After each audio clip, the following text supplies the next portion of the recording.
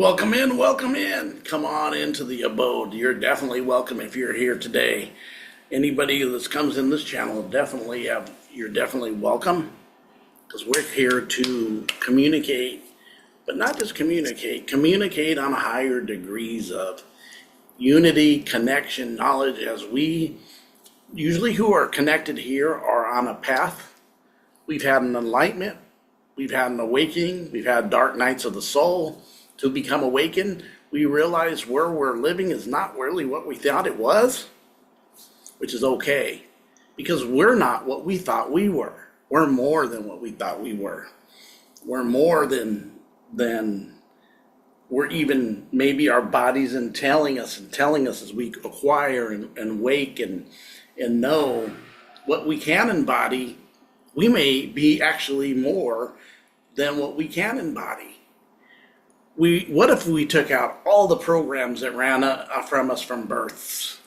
Those I put the S at the end, not one birth, and had this all removed. What would our reality then become when we had all the programming removed and all the attachments were never attached of the illusionary falsity of when ego's in its lowest form of 3D consciousness, the low base 3D consciousness, this lowest densest form of awareness.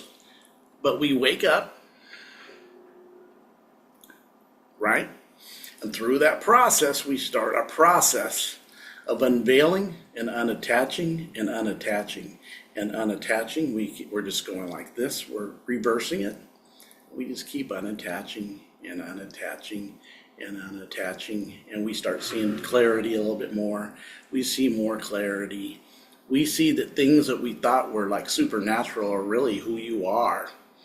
It's only supernatural when you're in your base following setup, following everybody around who's attached. And then we're in a matrix of falsity that feeds us continuous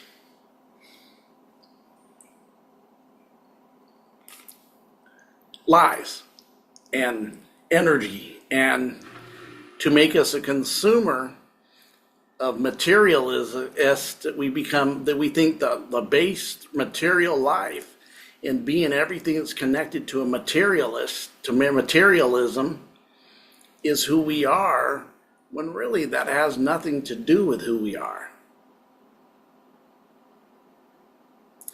When we go, whoa, we start seeing ourselves with a little bit more clarity. We start seeing the fields of energy and the fields of information, and we see there's an upgrades coming within our souls being upgraded.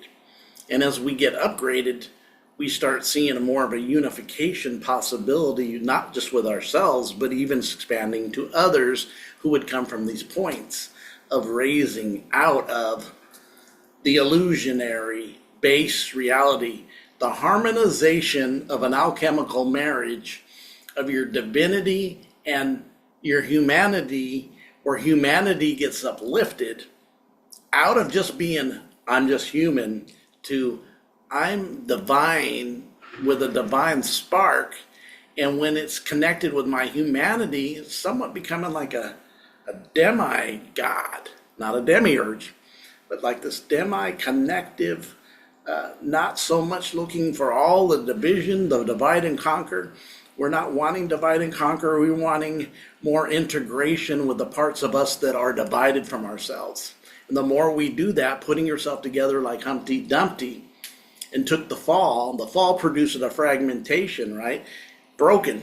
They said Humpty Dumpty took a great fall. Humpty Dumpty had to put himself back together. All the king's horsemen and all the king's men could not put Humpty together again, because those folks will never put you together. Neither do they have access. They can have a push in the fall, but they'll never put you together. And it's a good thing that they don't put you together, because it gives the responsibility to something that they don't have. That's why there's so much distraction to keep you from within, to keep you outside yourself as being the real reality, when you have power from within to change your frequency, vibration, and the reality. Deep breathe. But anyways, just had a little thought I had to come with to get us kicking, because we're getting kicking. How'd you like the videos we've had recently? Good ones. I got something to share. I've been sharing about the different disciplines. We're going to talk about a little bit about the different Abrahamic faiths today. We already went into Christianity. We've talked about that. Most of us here came out of it. And you guys living in like Iran and those who may be Muslims or maybe other practices, whatever your religion, or you came out of those practices. So we're going to talk about something else in the Abrahamic faith. We know that there's esoteric Christianity, Gnosticism Christianity that's not based, traditional, program, dogma based, exoteric based, and so do the Muslims. And it's called Sufism.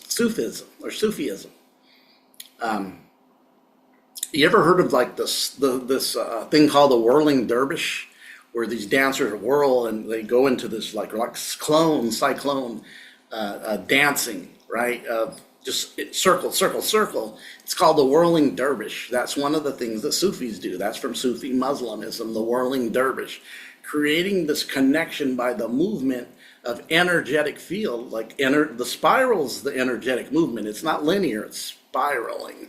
Spiral staircase, spiral DNA. Spirit is part of the word spiral. Spira, spirit, spy, spiral, spirit. Same word in etymology. So we're going to talk about Sufism. Yes. A Muslim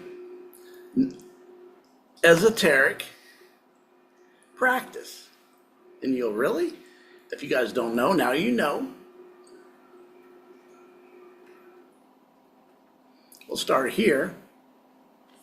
We're going to talk about, did you know there was some esoteric Sufism or Muslimism? Yeah, there's some of them that came out of the base religion of exoteric and Sufi Muslim. Remember, these all fall under the Abrahamic faith. Kabbalahism would be the Jewish version of exotericism out of the mainstream exoteric teachings that's palated for the outsiders, but not for the club members. The club members get the secret in the club, where they get the exoteric, not really the secrets of the truth of it, but something just to fill their palate with some potato chips. But we go behind here and get into the club and get some fruits and vegetables that are true nourishment, that are real food. Or outside of us in the exoteric realm, they're giving you food that's not food, which we even see that's literally. But anyways, let's talk about the Sufis. I think there's some places up here.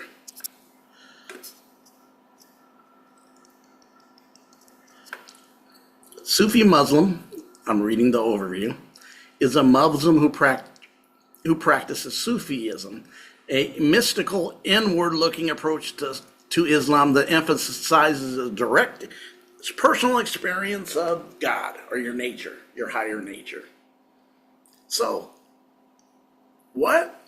Yeah, Muslims have it too. I even did some study, and it's in Hinduism. As we've seen, we already know, as we've talked about, and with when it went with Bembel Win, that we see the alchemical in Eastern China, going as far as China in the East, that they had their mysticism, they had their alchemy 4,000 to 5,000 years ago. Every culture has its truth hidden veiled from them that are not part of it. Usually governments try to get it, and then people get this knowledge, the regular people, like we've been awakening to true esoteric knowledge. I came from Christianity. I was an esoterica Christian, kind of / Gnostic, not knowing it for years, actually establishing works and helping others work with their works in Washington, California. I used to go all around the United States and do this. I've been to events that this was a group of people that had, and they called it the kingdom message. What was the difference between them and religion?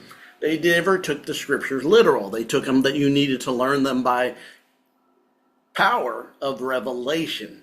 They would use almost like the Pauline epistles as the foundation, that you would learn the truth through the revelation knowledge. And if you didn't know it by revelation, you would not know it, because it would use like Paul, Christ in you, the hope of glory.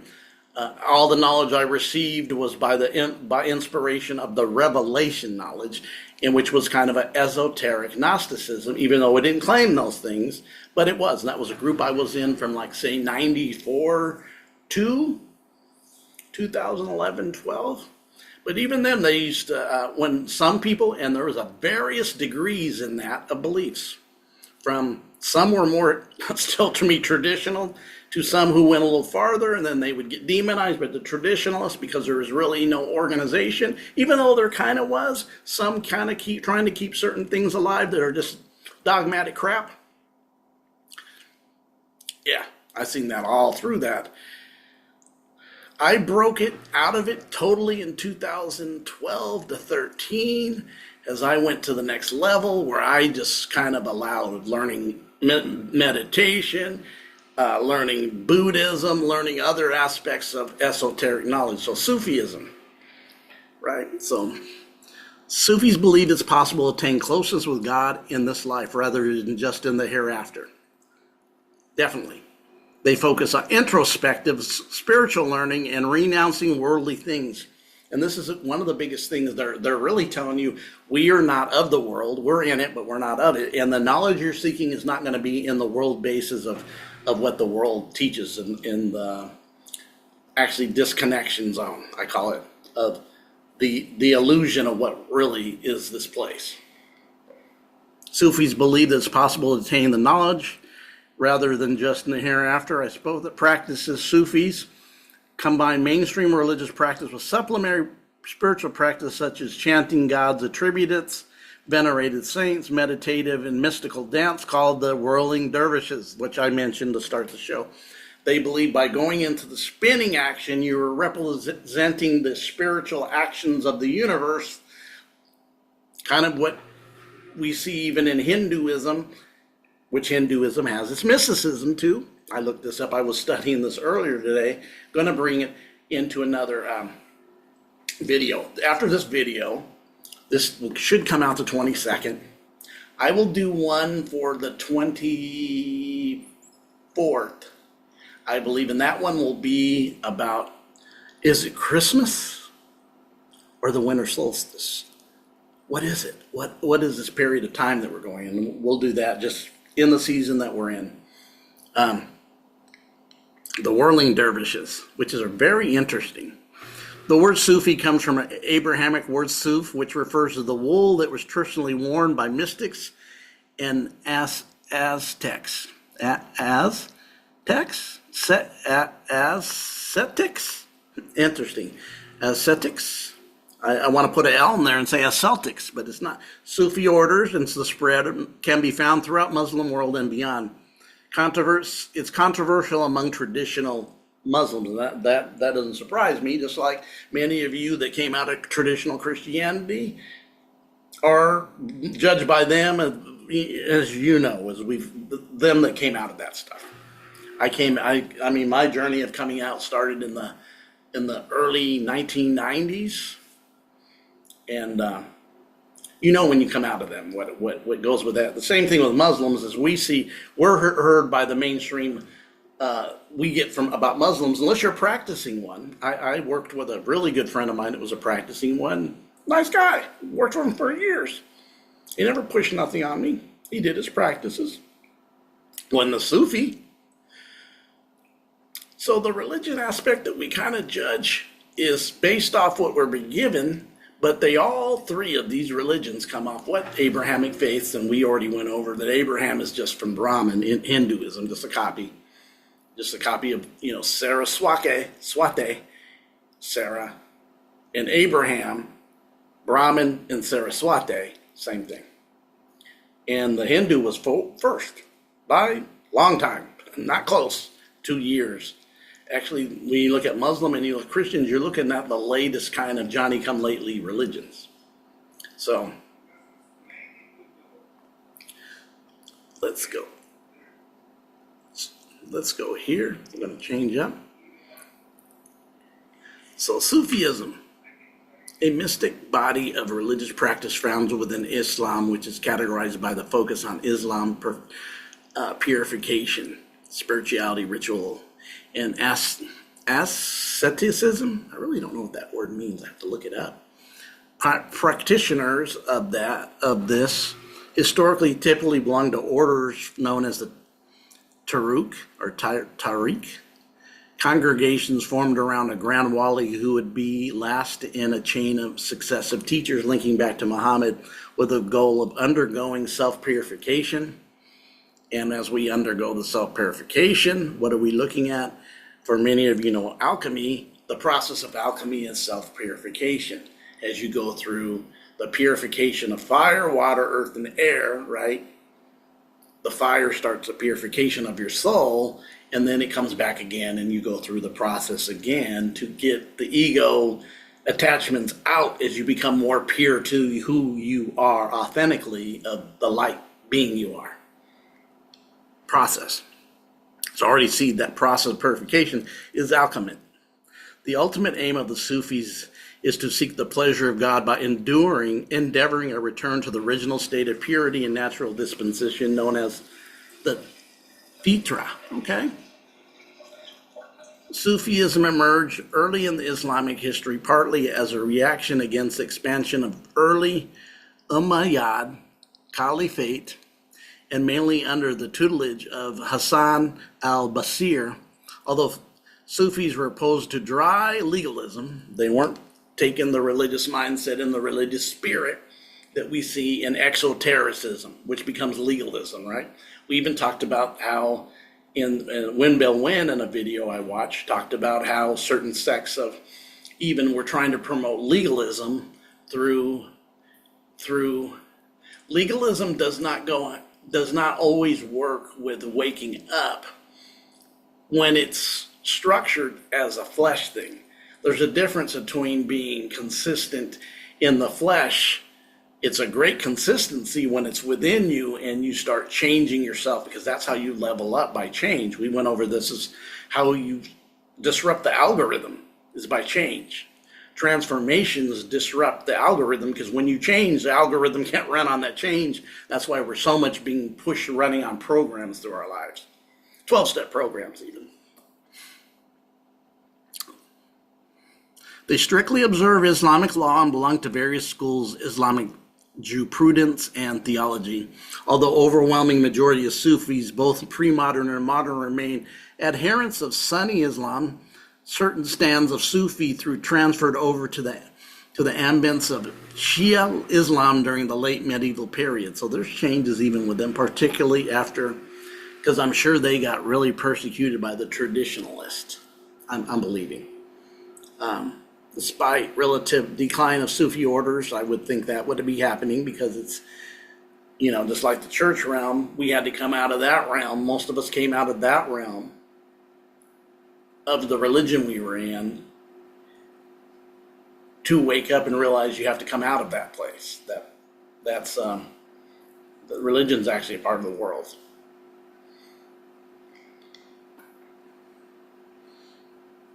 Despite a relative decline of the order down here, Sufism has continued to play an important role in the Islamic world. It was influenced various forms of spirituality in the West, generated significant academic interest. The word tasawwuf, Sufism, generally translated, is commonly defined by Western authors as Islamic mysticism. And there's where you go. And many of you guys have seen quotes. Let me see if I can add this. Let's do this. Where's add a quote? You might remember this guy. You may have even used it on social media, some of his quotes. Rumi quotes, right? The wound is a place, listen to a Rumi quote. The wound is a place where the light enters you, where you're born with wings. Why prefer to crawl through your life? Let yourself be silently drawn up by stronger pull of what you love. Be like a tree and let the dead leaves drop. Raise your words, not your voice. And it is rain that grows flowers, not thunder. Do not grieve. Anything you lose comes around in another form. That's powerful. And if you guys have anything to do and seen Rumi quotes on your social media, maybe even seen it and then borrowed it because they're great quotes, like this is a very deep quote. I like this quote by Rumi. Guess what? Rumi is a Sufi. Yes. Rumi is a Sufi Muslim. Watch this. I'll even show you Rumi is a Sufi Muslim.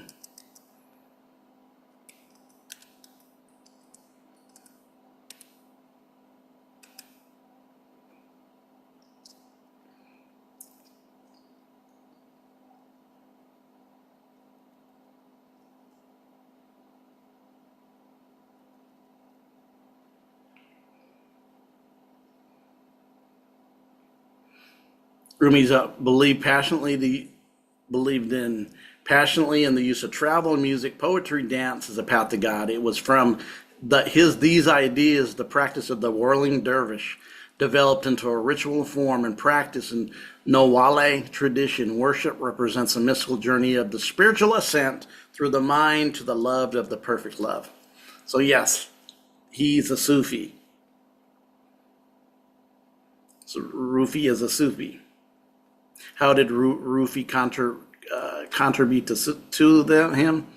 Rumi's most famous treatise is the Masnavi, a long poem rhymed complete with 6 books, couplets written in 6 books. The work became one of the most influential works of Sufism, considered by many as possibly the greatest mystic poem. So right there, Rumi is definitely a Sufi Muslim. So we got people that are all over, just not from one practice. We seen it was in China with Ben Belwin, which I'll bring more. There's a lot of education that we can learn even within the Western and Eastern practices, to even seeing that all these religions, Hindu, I learned in China how they, not Hindu, but in China how the Confucianism, right, Buddhism, and all the practices there were all had their mystical esoterica, and so does Hinduism, and so do the Muslims. It's there. It's all of us waking up out of that and coming to know and experience in yourself from the higher truths that you are, and be aware that you are experiencing these all the time. Let's close with this, that you are that which you're seeking, and so is everybody else. It doesn't matter what you come from, what skin tone you are, what country you are. There's aspects of that, because when we're all dead, nobody's going to worry about what race you are, what color you are. Bones will be all the same color, and they'll all decay the same. We are all not our body, but our body is connected to us in the physical dense reality. But we are not humans having a spiritual experience, guys. We are spiritual having a human experience. We'll talk soon.